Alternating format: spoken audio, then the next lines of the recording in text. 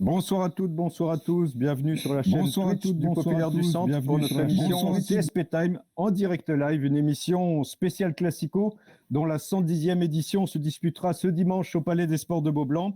Nous avons deux invités pour cette émission. Le premier était de la fameuse bagarre de 1987. C'était dans les rangs ortésiens, mais il a ensuite croisé le fer avec les Palois sous la tunique de Limoges. Il est aussi champion d'Europe. Franck Buter. Salut Franck, merci d'avoir accepté notre invitation. Bonsoir tout le monde, merci.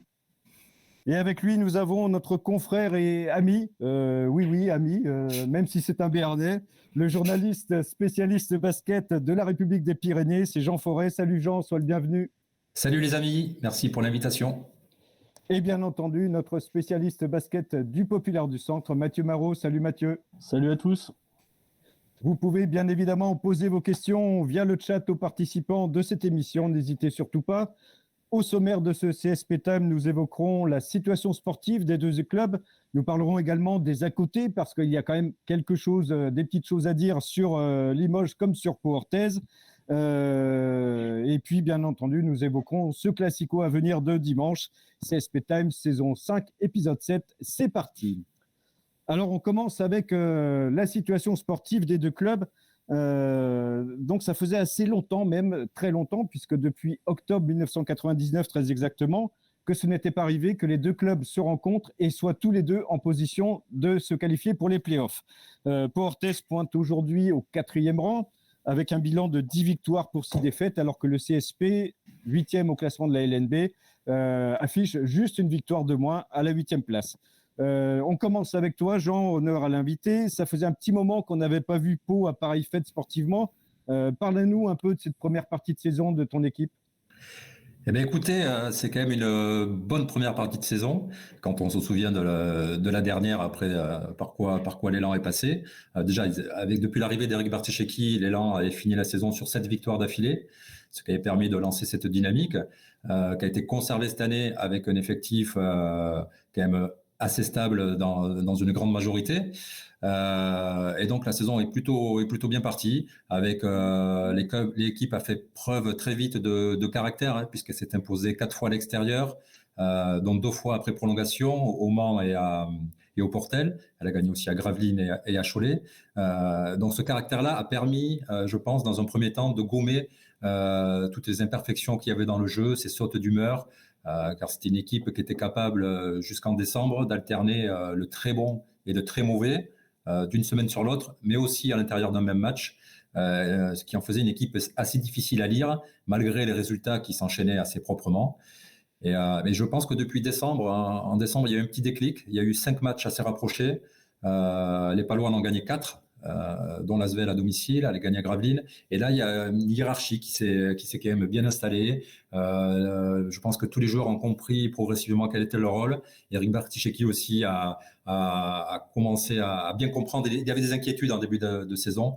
Et là, il a réussi à stabiliser un petit peu le puzzle. Et donc, effectivement, 5e à l'issue du match aller, ou dans les 8, en fonction du résultat de dimanche, c'est quand même assez logique. Ok, merci Jean. Mathieu, finalement, par rapport à ce que nous a dit Jean, ça ressemble un peu à Limoges, hein, avec des débuts un petit peu laborieux, puis un bon mois de décembre, même s'il y a eu un gros coup d'arrêt quand même à Strasbourg. Ouais, sur la dynamique, c'est un peu similaire. La grosse différence, c'est peut-être le budget, parce que Jean, il dit rien, hein, mais par rapport à la saison dernière, Pau, c'est un peu les nouveaux riches, hein, quand même. Hein, donc, ouais, c'est vrai que le budget, la même équipe, hein, sur c'est le troisième budget, ok, derrière l'Asvel et Monaco, avec 7 millions et quelques. Mais par contre, c'est la 11e masse salariale. Il y a eu peu d'argent en plus pour la masse salariale. Ouais, mais un petit peu plus, mais ça reste à la 11e masse salariale. Il y a quand même des joueurs qui l'année dernière étaient intouchables pour Pau. Je pense notamment à Brandon Jefferson, que Strasbourg a pas pu garder. Faire revenir Vitaly Chikoko à Pau aussi, c'était pas donné à tout le monde, même s'il y a peut-être un attachement affectif, mais financièrement c'est quand même un gros coup. Après, sur la dynamique, c'est sûr que les deux équipes, ça se ressemble un petit peu, ça monte en puissance. On va mettre de côté le match du CSP à Strasbourg où ça a été un non-match, mais sinon sur la dynamique, c'est à peu près similaire. Et puis surtout, c'est vrai que ça fait plaisir de retrouver les deux équipes dans le top 8, parce que c'est vrai que ces derniers temps, on avait plutôt l'habitude de se battre un peu en dehors. C'était un peu les classicos qui survivaient par l'histoire, par le passé. Mais c'est vrai qu'en termes d'enjeux sportifs, purement sportifs, il n'y avait pas grand-chose. Donc là, c'est vrai que c'est un peu plus sympa. L'équipe qui gagnera dimanche va faire une bonne opération au classement. Donc ouais, un bon match à suivre. Franck, qu'est-ce que tu penses de cette équipe de Limoges? Là, on en avait parlé un petit peu dans une émission précédente. On n'était pas foncièrement très optimiste pour cette équipe. Et ben, finalement, on est obligé un petit peu peut-être pas de changer d'avis, mais d'évoluer quand même dans la réflexion. Ouais, même si on doit changer d'envie, il n'y a pas de souci. Moi, j'étais parti pour dire que c'était très, très difficile pour Limoges. Faut pas oublier qu'il y avait quand même des blessés. Il y avait Hugo Bernizzi, on savait pas, il avait du mal à retrouver ses marques. On se demandait si Nico Lang allait continuer sur la même saison que l'année dernière. Le problème de manque de meneur, un vrai meneur. Voilà. Puis finalement, la mayonnaise a pris. Et Limoges montre une bonne phase de jeu, que ce soit en attaque ou en défense. Non, tant mieux. Moi, je préfère à 100 fois me planter de façon que Limoges se qualifie pour les playoffs. C'est au contraire. Hein. Si je dois dire que je me suis trompé, au contraire. Hein. Ce sera bien pour tout le monde. Ouais, tu seras pas le seul, hein, je pense. Hein. Oui, effectivement. Non, ce qui est agréable surtout, c'est que c'est ce changement ce qu'apporte le coach, justement, au niveau de la rigueur de la défense et tout ça, tout le monde a adhéré à son discours et à ses gestes. Donc, du coup, c'est super bien. Ce que fait Limoges, c'est vraiment encourageant. Après, c'est vrai que le match de dimanche, ça va être intéressant parce que en face, il y a du lourd aussi et en plus, bon, c'est le Classico, donc forcément, là, on verra qui est-ce qui aura vraiment la tête très très solide et puis on verra qui pourra s'imposer. Jean, on est dans une période un peu particulière, il y a pas mal de Covid, etc. Est-ce que le Pau a été touché? Est-ce qu'il y a des blessés? Il en est où l'effectif là? Même si c'est vrai que un test positif peut tomber du jour au lendemain. Ouais, c'est clair que la vérité de ce jeudi ne sera pas forcément celle de demain, puisque c'est à 48 heures des matchs que toutes les équipes doivent passer aux écouvillons. Donc les Palois ont-ils été touchés? Oui. Juste avant les fêtes, le dernier match de Noël face à Roanne, une heure avant le match, on apprenait que Grégor Rovat était positif. Donc il n'a pas pu jouer. Et Amadi Ndiaye non plus, puisque non vacciné, cas contact. Donc il n'a pas pu jouer. Il s'est avéré que pendant la trêve de Noël, à son tour, Amadi Ndiaye a été contrôlé positif. Et Vitalis Chikoko aussi. Donc les deux joueurs, les deux pivots étaient absents pour la reprise à Nanterre, où l'élan s'est bien fait découper. Voilà, c'est pas Franck qui me contredira, mais jouer au basket sans poste 5, ça peut être très très vite compliqué pendant 40 minutes. Et tout le monde est revenu la semaine dernière pour la réception d'Orléans. Donc, pas de blessés, même si Justin Bibbins s'est pas entraîné hier parce qu'il a pris un petit pet à l'épaule, mais apparemment c'est pas grand-chose. Donc on va attendre, pas fébrilement, le résultat de demain, mais oui, il y a quand même cette pression, cette loterie, on va dire, hein, parce que là, on en est aujourd'hui à réduire le Covid à la loterie, ça va toucher tout le monde quand on ne sait pas. Donc que ce soit à Limoges ou à Pau, j'espère que dans les deux camps, que tout le monde pourra jouer, que ce sera un duel à armes égales, qu'il n'y ait pas d'astérisque, entre guillemets, autour de ce classico avec un seul S. Ouais. Mathieu, à Strasbourg, c'était Hugo Ivernizzi qui était touché par le Covid. Il y a des nouvelles rassurantes à son niveau. Qu'en est-il? Écoute, pas forcément. Donc, il est toujours incertain pour le Classico de dimanche. Pour l'instant, la dernière fois qu'il a été testé, il était toujours positif. Donc, d'ici dimanche, ça peut éventuellement bouger. Comme l'a dit Jean, il y aura les derniers tests. Ce seront ceux qui feront foi demain. Donc, à voir. Pour l'instant, il est annoncé incertain, Hugo Ivernizzi. Ouais. Franck, pour l'instant, c'est le seul. Ouais. Ok, tant mieux. Puis on croise les doigts. Franck, tu penses que ces épisodes Covid, là, ils ont un petit peu faussé le championnat et certains résultats? Mais forcément, de toute façon, parce que Comme disait Jean, quand tu te présentes et que tu as tes deux pivots qui ont la Covid, le match est presque plié. Hein. De toute façon, ça, c'est, comme il dit, c'est une loterie, c'est exactement ça. C'est triste parce que du coup, ça pose quand même le match et les résultats, forcément. C'est très très difficile à gérer, ça. C'est vrai, c'est une sacrée, c'est pas bon. Ouais. Je peux dire le mot. Ouais. Et tu penses que, par exemple, Limoges qui va gagner, moins à Monaco, mais surtout à Villeurbanne, c'est un résultat logique ou pas On va le prendre, hein, mais après, c'est vrai qu'il faut regarder. Tu avais quand même, je sais plus, deux ou trois joueurs, je sais plus, qui étaient blessés. Il jouait à 6, il jouait à 6-7, il jouait à 6-7 maintenant. Ouais, voilà, c'est ça. Donc voilà, bon, après, voilà, ce qui est pris sera plus à prendre. Mais c'est vrai que c'est quand même, qu'on le veuille ou non, ça fausse quand même pas mal le championnat, ça. Ouais.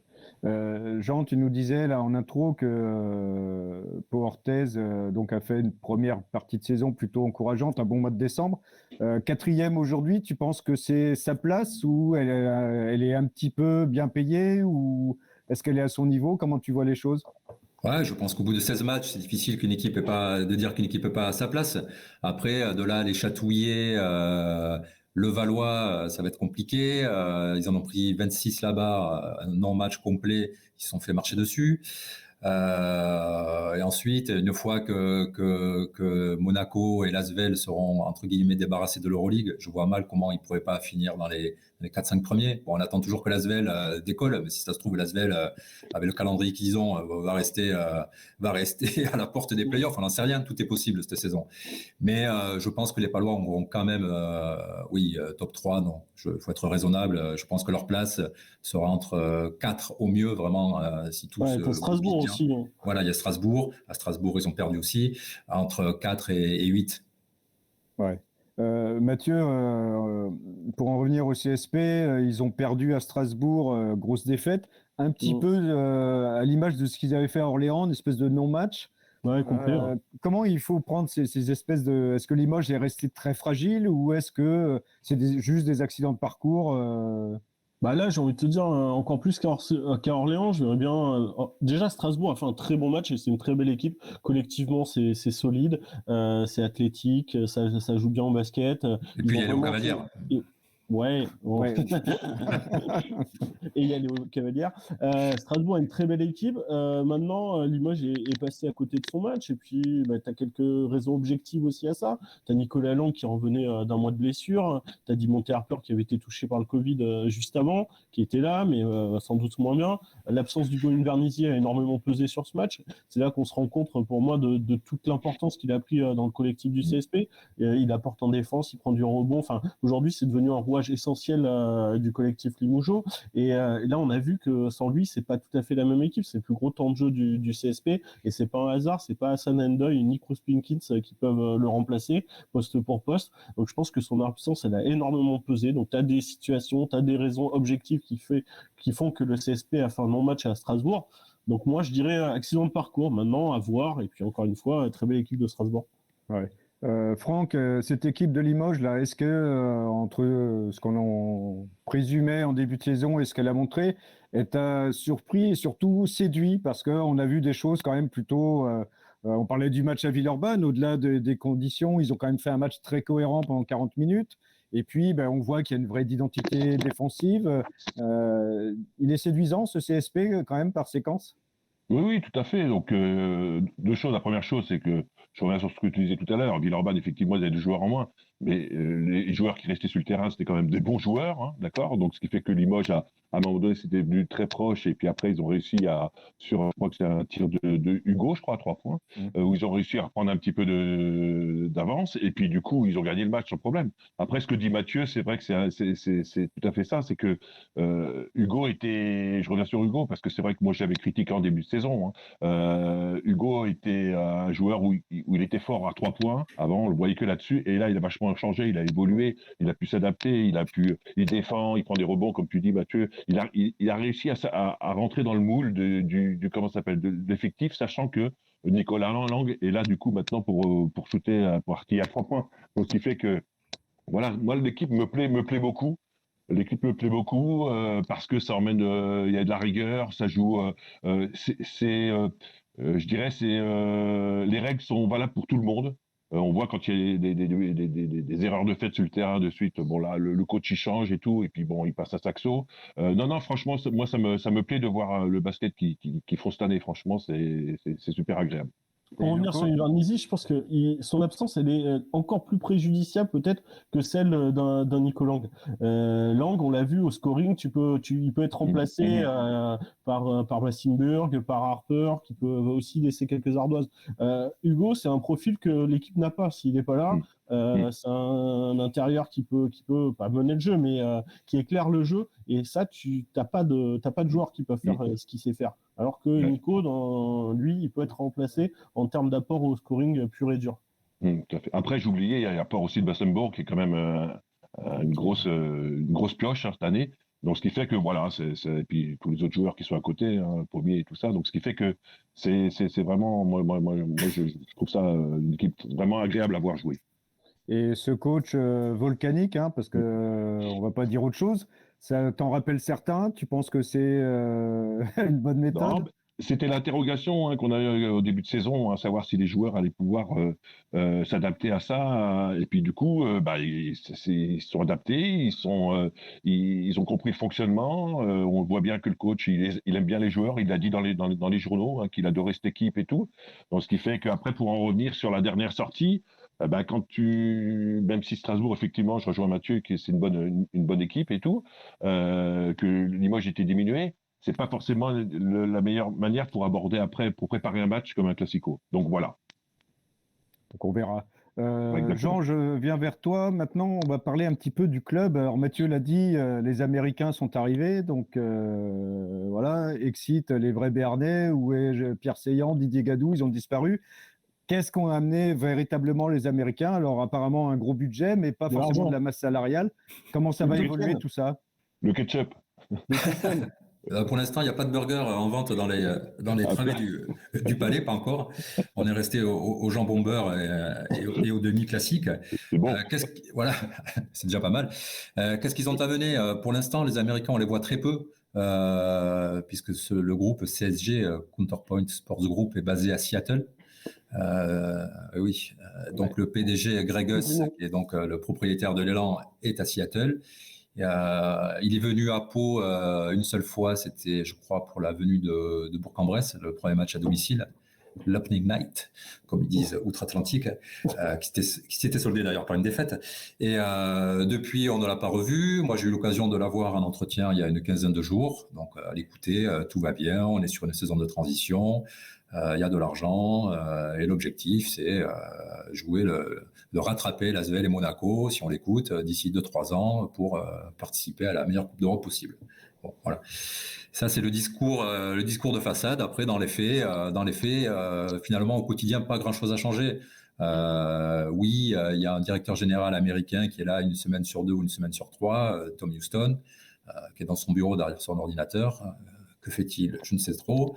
Mais au niveau sportif, voilà, l'équipe, Eric Bartichecki a son équipe. C'est pas lui qui a fait le recrutement. On a compris il y a 15 jours qu'on lui a mis Landin Sané dans les pattes. Lui, il voulait toucher à rien. On lui a rajouté un joueur. OK, il fait avec.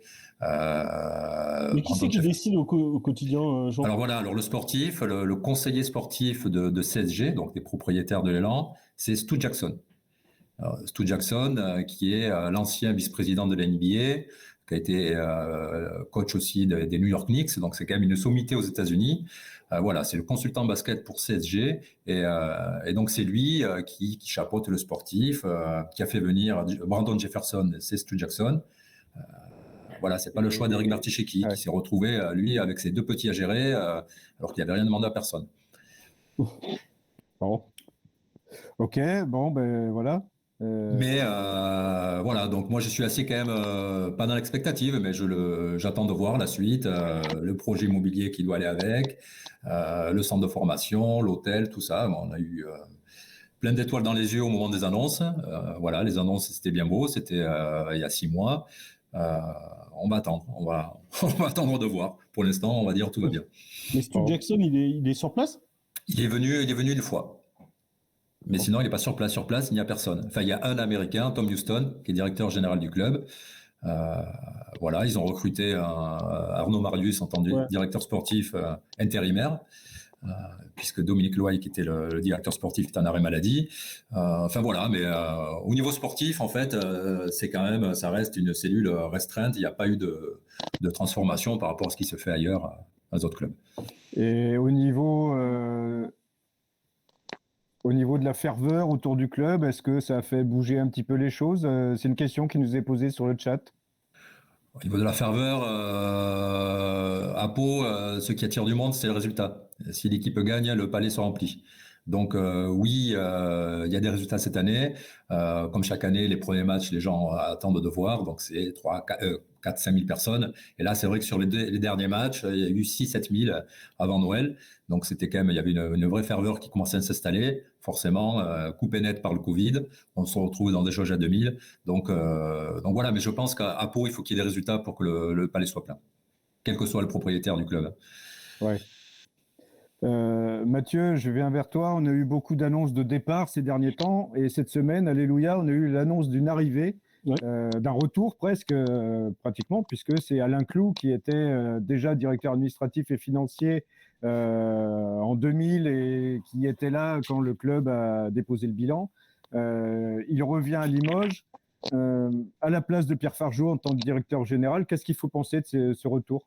Déjà que c'est pas mal, je pense, parce que avec le départ un peu qui s'est précipité, j'ai envie de dire, même si c'est pas encore fait, mais on attend que Pierre Fargeau, qui pourrait quitter le club d'ici fin février, annoncer quelqu'un comme Alain Clou, c'est quand même pas mal sur le papier. C'est un homme expérimenté, il a bossé à la fédération, il a bossé à Monaco au foot. Là, ça fait 8 ans, il a travaillé pendant 8 ans à l'ASVEL. C'est quelqu'un qui connaît hyper bien le métier, qui connaît le basket, qui connaît le milieu. Franchement, sur le papier, je pense que le CSP remplace plutôt bien Pierre Fargeau. Il va apporter de la compétence, de l'expérience, c'est quelqu'un de sérieux. En plus, il est Limougeot. Je pense que sur le papier, tu peux difficilement en faire mieux pour remplacer Pierre Fargeau. Après, le souci, c'est que si Pierre Fargeau s'en va, on nous annonce qu'Alain Clou sera là en juillet. Il y a une petite période. Comment ça va se passer là ? Ça, c'est une bonne question, ça, Jean-Christophe. Ça, je sais pas comment ça va se passer. Je pense que je sais pas. Je vais être honnête pour l'instant. Je pense que peut-être que Angelina Forte va s'occuper et travailler avec Pierre Fargeau. Donc j'imagine qu'elle va faire un peu l'intérim, assurer l'intérim, faire la transition avec Alain Clou. Et puis peut-être qu'Alain Clou rendra quelques services, même si ça me paraît délicat. C'est pas lui qui va signer les papiers d'ici le 1er juillet. Donc je sais pas pour le moment exactement comment ça va se passer. Et pas de fumée blanche pour un futur directeur sportif ? La fumée serait pas loin d'être blanche, mais pour l'instant, le nom, il est bien gardé. Il est jalousement gardé. Pour l'instant, on l'a pas. Franck, je me tourne vers toi. Qu'est-ce que ça t'inspire tout ça? Des Américains à Pau, Alain Clou qui revient à Limoges? On commence par les Américains. Bon, les Américains, quand j'ai lu le projet, je me suis dit, bon, c'est encore des Américains parmi tant d'autres qui sont venus, qui ont plein de choses à plein la tête et tout, à vouloir mettre en place des choses. La différence, c'est que ici, c'est pas les États-Unis. Première chose. Quand j'entends Jean ce qu'il dit, il y a rien qui me surprend. Malheureusement, c'est un peu leur méthode. Ils arrivent, ils mettent de l'argent sur la table, ils commandent et puis roulent les jeunesses. Le côté famille du club ou quoi, ils s'en foutent. Ils sont là pour faire du business. Donc le côté immobilier qu'ils devaient faire, ils attendent toujours. Bon, c'est bien que des gens mettent de l'argent sur la table et puis que comme ça permet d'avoir des clubs, le championnat est relevé et tout, mais combien de temps ça va durer? Et puis est-ce que leur méthode est vraiment celle dont Pau a besoin? Je sais pas. Ça me fait toujours un petit peu sourire parce que il y a eu pas mal d'exemples dans différents clubs où les Américains sont arrivés ou étaient prêts à prendre le club et puis finalement ils ont lâché. Voilà, c'est à voir. C'est à voir dans la durée, à voir au bout de l'année prochaine, voir ce que ça a donné, s'ils vont mettre d'autres choses en place, s'ils vont avancer dans leur projet. Il faut quand même le mettre en perspective par rapport au fait que s'il n'y avait pas eu de repreneur, le club était quasiment au bord du dépôt de bilan. Hein. Ah oui, il a été sauvé 100% par le Covid et toutes les aides gouvernementales qui ont permis au club d'avoir une rentrée d'argent. Sinon, il y a 1 an et demi, on était ici à Pau au bord du dépôt de bilan à cause d'une gestion désastreuse des dernières saisons. Donc là, ce projet est arrivé, c'est un projet providentiel. Donc à la limite, même s'il ne devait pas marcher, c'était apprendre. Oui. Voilà, c'était apprendre. Sinon, oui, on allait vers la cata complète. T'as les frères d'Arnozan aussi, Jean. Exactement, mais en parallèle, c'est arrivé. Mais donc voilà. Pardon, vas-y, Jean. Oui, c'est vrai qu'il y a eu l'épisode avec les frangins d'Arnozan. Alors je dirais pas que c'est resté aussi très nébuleux, mais il y a eu concrètement, on n'avait pas non plus les noms des investisseurs, etc. Et ça aurait permis au club de repartir, mais je pense de vivoter à minima. C'est pas la même dimension, quoi. Non. Non, mais c'est bien que finalement ils ont lancé une bouée de sauvetage et puis que le club soit sorti grâce à eux. Après, à voir dans la continuité, on verra bien. L'avenir nous le dira. Vaut mieux à la rigueur que ces gens-là soient arrivés, c'est très bien, hein, de toute façon. Après, en ce qui concerne Alain Clou, ce qu'a dit Mathieu, je le rejoins, c'est exactement ça. Le gars, il a de l'expérience. C'est pour moi une bonne recrue. Il est d'ici. Il a backdodé à droite à gauche dans des gros, que ce soit au foot ou au niveau basket, dans des grands clubs. On le récupère. Moi, je trouve que la boucle est bouclée. C'est très, très bien. Après, c'est la passation, effectivement. Comment ça va se gérer, parce que c'est une période qui est super importante dans les clubs et tout. Donc, que ce soit au niveau des directeurs sportifs ou au niveau de l'administratif, va falloir bien arriver à faire le joint, parce que ça va être un petit peu chaud cette période-là. C'est un peu en ce moment qu'on fait les équipes de la saison prochaine, enfin qu'on commence. Hein, tu commences juste. Ça commence. Mais c'est vrai que c'est un peu étrange, cette histoire de timing. C'est une période, on va rapidement arriver basculer dans la construction de l'effectif de la saison prochaine. Et là, tu vas l'attaquer sans DG, sans directeur sportif, enfin avec un directeur sportif, mais qui est sur le départ si le nouveau est pas officialisé. C'est une période de flou complet qui laisse un peu dans son genre. Ouais, complètement, ouais. On va parler un peu de ce 110e Classico. Jean, Mathieu, est-ce qu'il y a un favori là, Limoges, parce qu'ils sont à domicile? Parce qu'ils sont meilleurs aussi. Hein. Oui, aussi, accessoirement. Jean, comment tu vois cette confrontation? Je la vois assez ouverte. Je la vois, oui. Je pense pas qu'on aura plus vert d'un côté ou de l'autre. J'espère pas. J'espère que ce sera quand même assez serré. Mais ça offre, oui, de sacrés duels. Les deux équipes, on n'en a pas encore parlé, mais ont quand même leur point fort. C'est, je pense, Limoges comme Pau, c'est les lignes extérieures. Tout du moins offensivement, les points tombent surtout de l'extérieur des deux côtés. Donc, il va falloir voir quelle équipe dans ce secteur-là va prendre l'ascendant sur l'autre. Est-ce que c'est les deux petits Bibins Jefferson face aux grands qui font 15 cm de plus, hein, c'est ça, Mathieu, je crois, les arrières meneurs de Limoges. Là, tu es en train de vendre la page du copu de demain, c'est ça? Non, de samedi. De samedi, d'accord. Mais je pense qu'il y a une clé du match là-dedans. Après, c'est vrai que les Palois, je ne dis pas qu'ils vivent et meurent avec le shoot à 3 points, mais les jours où ils tournent à 40%, 45% à 3 points, ce qui leur est arrivé quand même 5-6 fois déjà cette année, voire un peu plus, ils peuvent devenir irrésistibles. Ouais. Mathieu, 86-50, c'était le score de la victoire en finale du Trophée de Nouvelle-Aquitaine. C'était avant le début de la saison. Super trophée. Super victoire. Super trophée. Sur le parquet de Pau, quand même, on le signale. J'ai une petite anecdote, si vous voulez, sur ce match. Ouais, vas-y, Jean. Qui, je pense, est resté bien enfoui. À la mi-temps, il y avait un point d'écart de mémoire, plus 1, je ne sais plus si c'était pour le CSP ou pour l'élan. Et Limoges, à l'époque, avait des joueurs, il devait manquer 1 ou 2 joueurs, je crois. En plus. Et le coach de Limoges était allé voir Eric Bartesheki avant la reprise du jeu. Et il avait demandé de mettre un petit peu la pédale douce, que Limoges, il lui a dit, nous, on va défendre en zone, donc allez-y, voilà, on va s'économiser, on va pas y aller à fond, jouez le jeu, faites pas trop les salauds. Et Bartosz avait dit, ok, pas de problème. Et naïf, Bartosz. Voilà, et première possession du troisième quart-temps, presque tout terrain de Limoges, qui a fait presque quasiment tout le troisième quart-temps. Au bout d'1 minute 30, Chikoko s'est blessé, s'est fait une entorse de la cheville, il est sorti. Et les Palois qui s'apprêtaient à faire une deuxième mi-temps en roue libre, vraiment d'entraînement, se sont retrouvés agressés par les Limougeaux. Et le score, à la fin du troisième quart-temps, je crois qu'il y avait 25 points d'écart. En 10 minutes.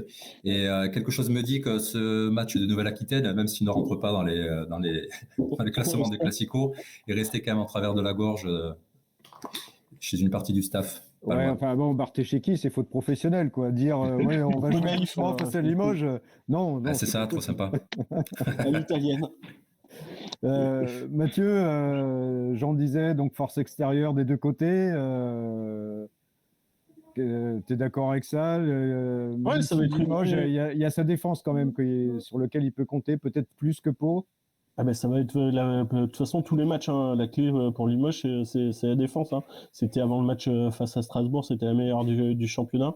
Et ce qui va être sympa à suivre, c'est vraiment l'opposition de style. Il va y avoir des duels un peu partout. Les deux petits contre les deux grands, Jefferson Bibins contre Harper Massimurg, Onyang contre Lang, ça peut être sympa aussi. Chikoko Pommier à l'intérieur. Il y a pas mal de duels, de matchs dans le match. Les deux équipes n'ont pas du tout été bâties pareil. Ça coach pas pareil non plus. Ouais, ça va être un vrai classico sympa à suivre. Et pour le CSP, clairement, ouais, pour moi, la clé, c'est la défense. Si t'arrives à limiter les Palois, notamment sur le shoot extérieur, ça pourrait bien finir. Franck, ça sera à Beaublanc, même si c'est en demi-jauge, c'est quand même, ça compte toujours un petit peu quand même. Oui, c'est vrai que demi-jauge, c'est vrai que ça c'est embêtant, ça, mais enfin, bon, les supporters attendent beaucoup ces matchs-là, donc ils remplaceront facilement les 2000 qui vont manquer. Mais après, c'est vrai que c'est un match, je dirais, Bibine, il aime bien jouer avec la balle, il aime bien provoquer et tout. Avec la défense, c'est vrai que Limoges, nous, on se repose beaucoup sur une bonne défense. Il va vouloir chercher à provoquer les fautes, à vouloir faire un peu de spectacle. Après, il y a Chikoko, ça dépend dans quel jour il est. Des fois, il est capable de faire des gros matchs. Des fois, il est capable de passer aussi, des fois, un petit peu à côté. Donc, ce qui fait que ça va être super intéressant. Et c'est vrai qu'il n'y aura pas 20 points d'écart parce que ils ont tous, les deux équipes ont vraiment un basket vraiment atypique. Et ça va être, à mon avis, un match assez relevé et puis très intéressant. Jean, puisqu'on est dans le Classico, ton meilleur souvenir de Classico et ton pire? Oula. Le meilleur, si on reste sur l'époque récente, celui qui reste en mémoire, c'est forcément le 100e au Palais des Sports. Bon, ce sera le pire pour nous. Hein. Ouais, le 33, c'est ça, je crois. Perso, ça me dit rien. Après, moi, celui-là, par contre, il est comptabilisé dans les stats, celui-là. Et oui, celui-là, ça reste un très bon souvenir. Et le pire, qui doit être un des meilleurs souvenirs pour les Limougeaux, celui-là, je ne l'ai pas oublié, 2010, Pro B, McCord. Voilà. Avec une remise en jeu qui s'éternise, qui dure plus de 6 secondes, et que l'arbitre ne voit pas. Et le shoot de McCord, prolongation et défaite derrière. Ça reste un mauvais souvenir, mais ça reste un moment fort, parce que si on fait ce métier et qu'on aime le basket, c'est pour vivre des trucs pareils. Là, ça a perdu, ça gagne, mais c'était extraordinaire, quoi qu'il arrive. Ouais. Mathieu, le pire, j'imagine, le 100e, on ne doit pas être loin. Et j'ai quelques vagues souvenirs du 100e, un peu plus que ça. Après, moi, tu sais, ça fait pas 50 ans comme Jean Forêt que je suis les classicos. Hein, donc, le meilleur, ouais, peut-être celui de McCord, parce que je l'ai vécu un peu par procuration. Je suivais le LABC à Villeneuve-d'Ascq, la saison où ils ont fait 28 matchs, 28 défaites. Et moi, j'étais en plein mois d'hiver à Villeneuve-d'Ascq. Je regardais le Classico sur une petite télé. Je voyais Beaublanc qui était en feu, quoi. Moi, il devait y avoir 4 personnes dans la salle. Et voilà. Donc, je l'ai vécu un peu par procuration, mais j'étais bien content du dénouement. Après, j'en profite, Franck est là, j'étais à la Moutette en 87, côté Fronton, le jour de la fameuse bagarre. Et oui, j'avais 15 ans à l'époque. Et ça reste des moments de jeunesse inoubliables, forcément. C'est ça qui a fait. Moi, je donne toujours un exemple quand on me demande qu'est-ce que tu retiens les 15 ans que tu as joué, tout ça, tu as bougé, tu as joué dans pas mal de clubs en Europe et tout ça, etc. moi, j'ai toujours donné la moutette, c'est vrai, parce qu'avec les gamins qui étaient en haut au niveau du poulailler et tout ça, et puis l'histoire, c'est vraiment, vraiment extraordinaire. C'est pour ça que j'arrive. Alors, je fais beaucoup la différence entre Orthez et Pau. Il n'y a pas photo. Après, tu as joué à Orthez, tu n'as pas joué à Pau. Ouais. Non, j'ai joué à Orthez. Vraiment, ça a été vraiment J'étais content parce que c'était vraiment là où le club s'est construit. Et puis, jouer sur la moquette, c'était quand même extraordinaire. Mais autrement, je voulais juste dire un truc. C'est qu'on n'a pas parlé du président de Pau. Et je trouve que ce qui est important pour un joueur, c'est d'avoir confiance en son président. Et le président a dit une chose, c'est que donc ce qui est important pour un joueur, c'est de savoir si le président a une parole, d'accord, et puis qu'on a confiance en lui. Et le président de Pau a dit une chose, que si Pau perdait, il rentrait à pied. Donc je dis aux joueurs que c'est la meilleure façon de voir si le président a au moins une parole et s'ils peuvent avoir confiance envers ce président-là. Donc voilà, après la balle est dans leur camp, ils en font ce qu'ils veulent. Bon, c'est très juste. Je peux en ramener 3 dans la voiture. non, on ne triche pas. Un peu les hostilités. Sinon, toi, Franck, au niveau de tes bons et tes mauvais souvenirs, qu'est-ce que tu retiens? Ah, mais moi, c'est pas techniquement et tactiquement. Moi, c'est quand on gagnait contre Pau et les mauvais souvenirs, c'est quand Pau gagnait contre nous. Après, non, mais c'est vrai que l'année en 2010, ça fait mal de voir Freddy qui lève ça a été c'était très difficile de l'accepter et de digérer. Mais bon, c'est comme ça. Il faut bien un gagnant et un perdant. Hein. Et finalement, tu as fait plus de classicos sous le maillot de Limoges qu'à Orthez quand même. Oui, parce que en tout, j'ai fait 6 ans, 2 ans au centre de formation. Non, j'ai fait 6 ans, 6 ans contre 2 ans. Donc 2 ans en année de formation, après 4 ans à Limoges, et après contre 2 ans à Orthez, et encore, j'avais une année où j'avais la cheville en vrac, que j'étais blessé. Donc du coup, c'était un mauvais souvenir, malgré les bons souvenirs que j'ai eu là-bas. Voilà, mais à la différence près, c'est qu'à l'époque, même si c'est 6 ans, c'est déjà beaucoup dans les deux camps, avec les playoffs, etc., ça faisait un nombre en volume beaucoup de matchs. Oui. Et voilà, et ce qu'on attend aujourd'hui, Jean-Christophe, tu le disais en préambule, depuis 99, ils n'ont pas été dans le top 8 les deux en même temps. Maintenant, ce qu'on attend, c'est que ça fight en quart de finale, en demi ou en finale, peu importe, mais sur une série de 5 matchs, mardi, jeudi, samedi, voilà, qu'il y ait une histoire à raconter et qu'on arrête de se référer au passé, vraiment écrire l'histoire en direct. Ouais, exactement. Ouais. Après, c'est sur la prochaine étape. Ouais. Qu'est-ce qui reste aujourd'hui de cette rivalité? On a beaucoup dit que c'était maintenant une rivalité entretenue par les journalistes et une poignée de supporters. C'est toujours ça ou c'est quand même un petit peu plus? Là, c'est une question pour tout le monde, là. Je dirais que c'est quand même un petit peu plus, puisque quel que soit quand même le classement des deux équipes, à Limoges comme à Pau, quand Limoges vient, il y a au moins 7000 personnes. Quoi. On sent quand même, il y a toujours... il n'y a pas que des gens de 70 ans qui viennent à la salle. Donc, il y a quand même cette rivalité qui est entretenue. Certes, on peut considérer que sur certains aspects, elle est un petit peu artificielle quand on essaie de la faire mousser alors que les clubs sont 15 et 16e. C'est pour ça qu'il va falloir très vite de nouvelles confrontations à haut niveau, que ça joue le titre, que ça joue une qualif, quelque chose pour l'entretenir. Mais c'est vrai qu'aujourd'hui, c'est difficile. Comme tout à l'heure, Mathieu l'évoquait à demi-mot, il y a Jovan Onyangue cette semaine qui a essayé un petit peu de lancer le truc sur Twitter en balançant, en titillant un petit peu les supporters de Limoges. Mais ça reste, c'est pas artificiel, mais ça reste bon enfant. C'est pas, on n'est plus dans la rivalité historique qu'a connu Franck quand les deux présidents se balançaient quand même de sacrés saillies par presse interposée, quoi. On n'en est plus là. Heureusement ou malheureusement, je sais pas, mais l'époque a changé, ça c'est sûr. Mathieu, d'accord?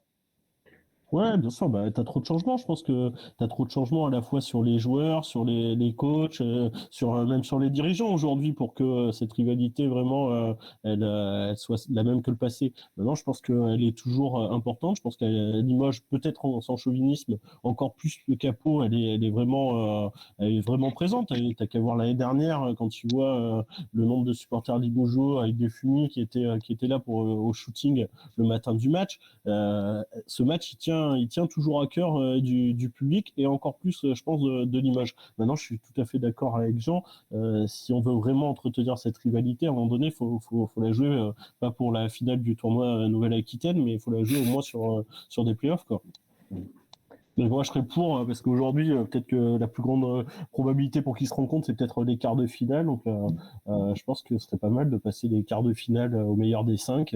Je sais jamais si on dit au meilleur des 5 ou au meilleur des 3 d'ailleurs, mais en 5 matchs pour avoir un peu cette rivalité, parce qu'on l'avait vu lors des finales face à Strasbourg. C'est ce qui donne le sel, c'est ce qui donne le surplus de motivation, les petites phrases, tout ça, tout le contexte, c'est ce qui fait monter la température. C'est les playoffs.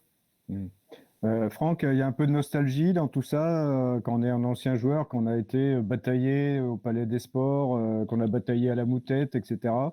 Oui, parce que ça fait partie, c'est super motivant quand on sait qu'on va jouer quand tu es dans une équipe et que tu vas jouer chez l'adversaire, c'est encore plus l'adversaire vraiment qui peut, où c'est chaud, c'est super intéressant pour un sportif. Enfin, il y a rien de mieux. Les finales et ces matchs-là, c'est extraordinaire. Après, c'est vrai que comme dit Jean, il y a plus il y a plus les présidents qui allumaient la mèche, et puis après nous on se débrouillait sur le terrain. Mathieu, il dit aussi une chose qui est vraie, qui au niveau des supporters, c'est des joueurs, c'est des supporters ils sont fans ici à Limoges. Jean, comme il dit, ils viennent parce que quand il y a des résultats, donc ce qui fait que c'est difficile même s'il y a une petite poignée de supporters à Pau, mais pour l'histoire, c'est vrai que le CSP est vraiment les joueurs, enfin les supporters, quand ils voient le calendrier, ils regardent de suite quand est-ce que Pau viendra jouer à Limoges. Donc c'est vrai que c'était bien parce qu'en plus ça faisait vendre pardon le sport, le basket. Bon, maintenant il y a des problèmes pour diffuser, c'est pas évident, les journaux, tout ça. Oui, exactement, oui, tout à fait. Donc nostalgique, oui, mais après faut avancer. Ce qui est bien, c'est que on se mettait minable sur le terrain, enfin avant dans les journaux, après minable sur le terrain, et puis quand on se voit, même si on se voit là maintenant, il faut être minable après des fois aussi. Oui, voilà, justement, ben là on se rattrape justement. Donc c'est ça qui est intéressant. Et c'était vraiment. Et après, on a oublié une chose aussi, c'est qu'il y avait des gens du cru dans les deux clubs. Or que là maintenant, bon, t'as une partie. Pau a longtemps eu ça, Franck. Pau a eu du Lesca. Pau a longtemps. Oui. Ils ont eu du Lesca plus que Limoges. Plus que Limoges. Oui, tout à fait. On n'a jamais eu. Pau, t'as toujours eu un peu un gardien du temple entre guillemets. Exactement. C'est ce qui faisait leur image justement. Comparé de maintenant, là, ce qu'on a évoqué. Pas très bon, mais bon, et puis après, il savait le faire, c'est bien. Bon, il y avait Cavalier qui a essayé de prendre le relais derrière, il a vu comment il se faisait accueillir. Bon, après, ça fait partie du jeu, mais c'est bien. Donc, après, c'est vrai que c'est ce qui manque un peu, mais bon, il faut avancer. Hein. Jean, une dernière chose, qu'en est-il des grands anciens? Est-ce que Pierre Seillant vient encore au Palais des Sports? Est-ce qu'on voit des Gadou, des Hufnagel? Ils sont là encore dans les tribunes? Ils sont là, le prési, donc le seul, l'unique prési Seillant sera là. Je l'ai eu hier au téléphone. Il sera là pour la venue de Paris Basket dans une semaine. Alors il vient pas à tous les matchs. Voilà, il a bientôt 81 ans. Il vient pas tout le temps. Il vient d'Orthez. Il y a le Covid, tout ça, donc il fait quand même attention. Mais là, il est venu 2-3 fois déjà cette année. Il reste au courant de tout ce qui se passe dans le club. Il reste quand même s'il est plus décisionnaire, ça reste sa maison, ça reste son club. Et c'est clair que dimanche après-midi, il sera sagement installé devant sa télé à Sainte-Suzanne, à côté d'Orthez. Et voilà. Après, quant aux autres anciens, non, Didier Gadou, depuis qu'il s'est fait virer, on l'a pas revu au Palais. J'ai aperçu Thierry, oui, je l'ai aperçu. Non, Freddy Hufnagel. Ah, Freddy. Ouais. Freddy, il est installé sur la côte basque. Pardon, il a plus de points sur le permis, Freddy. Ouais, donc voilà, donc il fait du blablacar. Là aussi, c'est compliqué avec le Covid. Mais il est installé sur la côte, donc je crois qu'il est venu au premier match cette année. Il y a eu une cérémonie avec toutes les bannières des titres de champion qui ont été affichées au-dessus des lustres. Et là, ils ont fait venir des anciens. Et d'ailleurs, les Américains, là, ils sont assez attachés à cette histoire. Ils essaient, quoi. Donc, ils ont dit qu'ils allaient refaire des grandes soirées en retirant des maillots, en faisant appel aux anciens, etc. Donc, ils viennent, oui, au coup par coup, mais c'est pas, je pense qu'il y en a moins qu'à Limoges où il y en a plus qui sont restés sur place en ville, qui habitent sur Limoges. Sur Pau, des anciens, il y en a peu, en fait. Ouais. Bon, et puis il y a moins de bannières quand même à Pau qu'à Limoges. Ça va plus vite. Faut quand même. Il y en a moins. Il y en a deux de moins, c'est tout. Ouais, quand même, ouais. Ouais, mais bon, maintenant. En Coupe d'Europe. C'est vrai. Bon, après, vous avez un titre de Pro B aussi, comme nous. Ouais, on est fiers de celui-là. Ouais, en parlant de Bagnères, Christophe, je sais pas si tu as vu, en parlant de Bagnères, à Strasbourg, ils en ont un paquet. Parce que pour le dernier soir de match, ils ont mis le palmarès des deux équipes et à Strasbourg, ils ont mis toutes les participations en Coupe d'Europe. Je peux dire que s'ils montent une bannière dans le Rémus à chaque fois qu'ils ont rejoué à la BCL et compagnie, ils vont faire de la bannière au Rémus. Ouais, après, pour l'art et la bannière. Les grands anciens qui sont allés dans l'ancienne salle de la JL Bourg-en-Bresse, il y avait un panneau à l'entrée là, et il y avait les titres des minimes, des cadets, des benjamins, des poussins. Donc là, je peux dire que le panneau, il était gavé aussi. Hein. Ouais, comme à Cholet. Mathieu, à Strasbourg, ils n'ont pas mis les finales perdues. Non, je crois qu'ils ont mis vice-champion, mais... ouais, finaliste ou un truc comme ça, ouais. Alors du coup, tu te retrouves sur le soir de match, tu as le palmarès de Strasbourg, il est plus long que celui du Limoges CSP. Ouais. Bien, merci messieurs, merci de votre participation. On va en rester là sur ce Twitch, ce CSP Time spécial Classico. Merci de votre participation, merci à tous ceux qui nous ont regardés. Le replay est à retrouver sur nos sites internet, lepopulaire.fr. On n'a plus d'image là avec Jean. Ça a coupé.